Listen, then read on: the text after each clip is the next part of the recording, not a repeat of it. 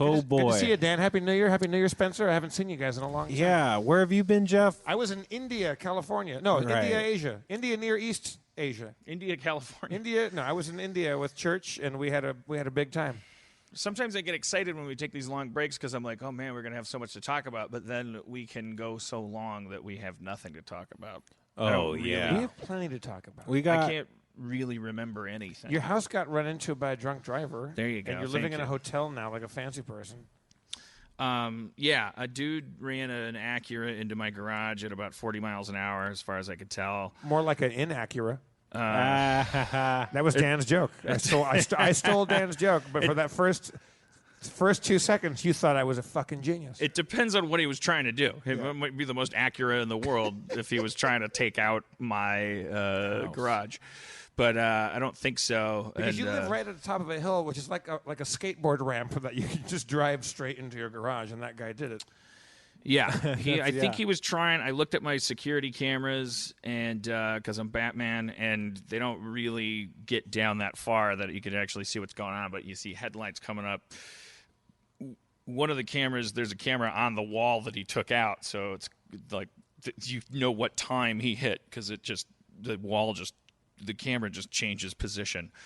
And then one of the cameras, you can see headlights like ripping up the street, and then they just disappear. And then there's footage of one dude, the passenger, just boning out. He just gets out of the car and leaves his friend there to die. Passenger driver, I don't know. Yeah. The cops made it clear that they did not know whether the guy that ran was the driver or a passenger, which makes me think, which confirms the fact that the cops were not chasing these guys, or at least they were not on their tail, because Cody and I heard a boom that sounded to us like somebody was like kicking the back door of the house.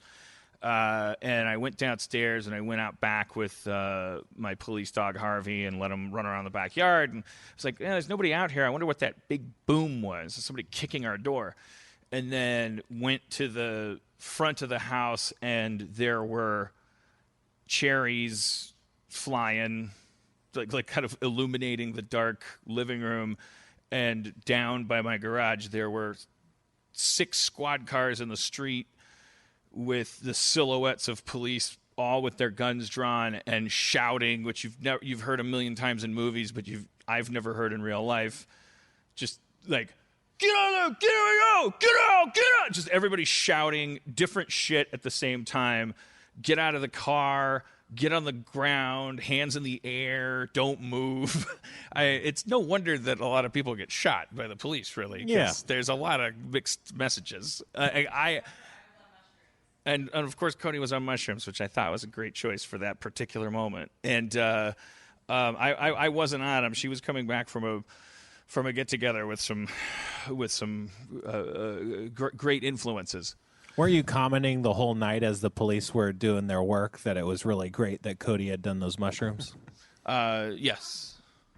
It felt like it kept coming up. To whom? Just people in the neighborhood. I don't. Who's like? I don't know if you're doing a joke or what. Yeah, no, I am. He was doing a very, very subtle, esoteric bit. All right. Yeah, I kept telling everyone in the neighborhood that she was on mushrooms. That's basically my joke. Yeah. And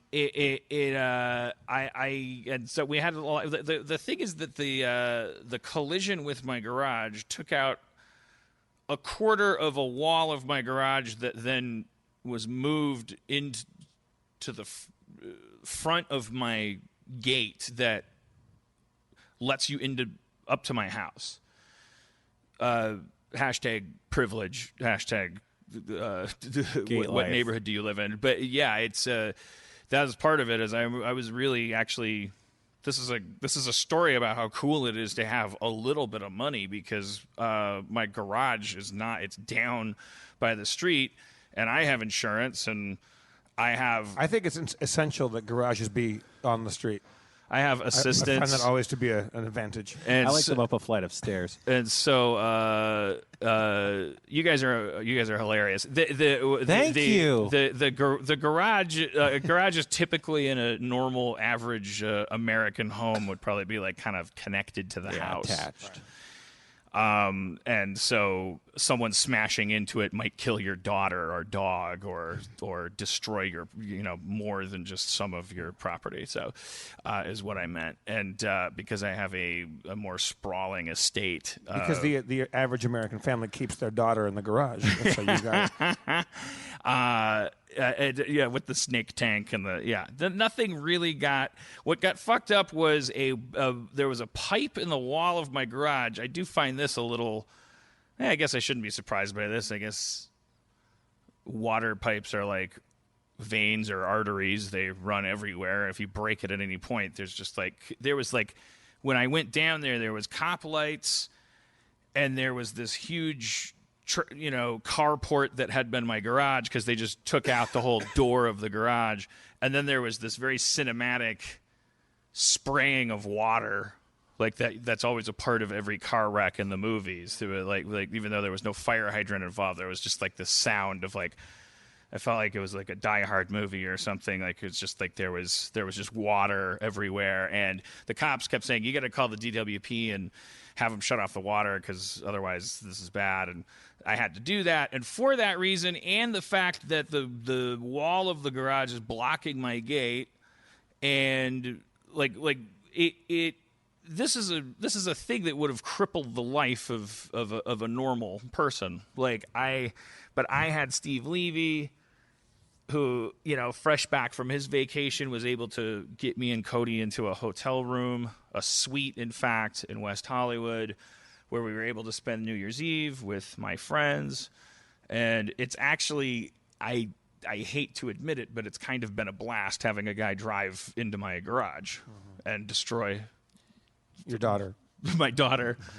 Because it didn't really. I'm the last person that it actually affected. But don't rip this video and use it in his, I don't know, deposition court case. I don't necessarily need this guy to suffer either. I mean, I need him to have insurance and pay for my garage construction. But so I don't think he can use me saying, "Yeah, it was kind of fun having you destroy my garage," against me in any way, because it still needs to be rebuilt. But hopefully he's okay.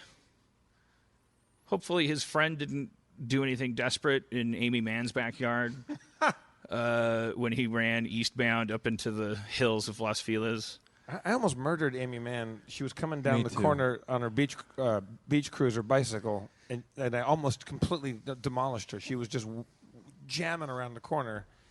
I have like 3 phone numbers of people that I know live in the direction that the kid ran, that I saw running from the car. So I went through my phone. I'm like, who lives over there? I'm just gonna warn him. There's a guy on foot. He's running from the cops. He could actually, if he's desperate, he could actually do something crazy. Desperate. Maybe it's actually better. These cops, they see him. I'm not throwing them under the bus. They don't. They're admitting they haven't found the guy. I don't know how well they're doing at finding him. I'm just gonna text a couple warnings to a couple people that I know live in that direction. And one of them was Edgar Wright, director of Baby Driver. And then halfway through the message, I was like, wait a minute, what am I doing? This is his fault. I'm sure this guy watched Baby Driver. Yeah, exactly. Stop making those movies, Edgar, or live with this guy in your pool shed.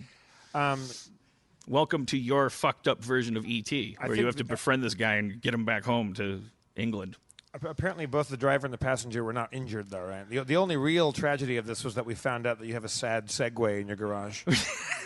It was truly, and I'm not being. It's become a joke, but it really is. Segway. It's like what? It really was the most embarrassing thing. First, it started with the LAPD making fun of the Segway.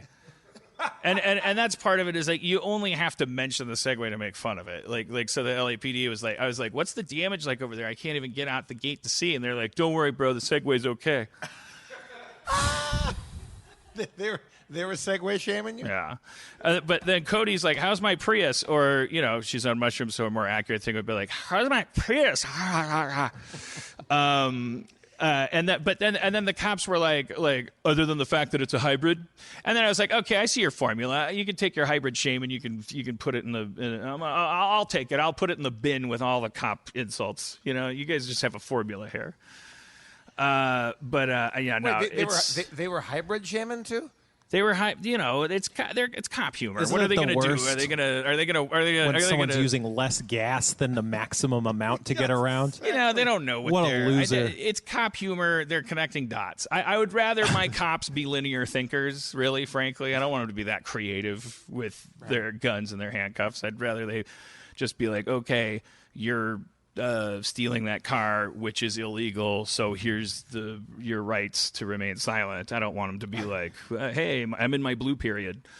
Okay. The Men in Blue period. But very impressively diverse, multiracial. I'm always impressed when the LAPD shows up at my house, and I like the diversity. It looks like they when you look at the LAPD when they come on in masse. It looks like the pamphlets. It looks like a pamphlet. It looks like it's comforting. There's you go one like, woman. system's working. Everything's fine. I'll just go back in my house and eat crackers and oppress the poor. That always includes the diversity. There's always incredibly handsome young white dudes that look like they belong in a boy band. Very, very, very sexy white male cops among the rainbow of justice. Get a room. Yeah, but that was the guy that was busting the balls the hardest. Yeah, I don't. It's an old story now, so it's like almost feels like it's like wet graham crackers telling it, but that's what happened. It's a big deal. I wish for this podcast it happened yesterday because it'd be all excited about it and explaining every detail, but. A dude hit my garage and destroyed a water pipe, so I got to stay in a hotel suite. It was fun. I had a very good time in India with church. We had a beautiful little excursion out there. It's like a mind-numbing, mind-blowing, overwhelming explosion of kaleidoscopic madness. It's so fucking cool. Did you guys get any illnesses? No, I felt like crap leaving because you take these malaria pills, and I Right. got really nauseated. But you're not supposed to drink alcohol with them, and I did, of course, and so I felt like a bum. But when I got to India, then I felt amazing the entire time. Just ate the best food in the world. Then we came back, and then we got sick just because we were traveling a lot. Yeah. Church might have malaria. Church, do you have malaria, or are you surviving now? Last night you thought you had malaria. Yeah. We'll see.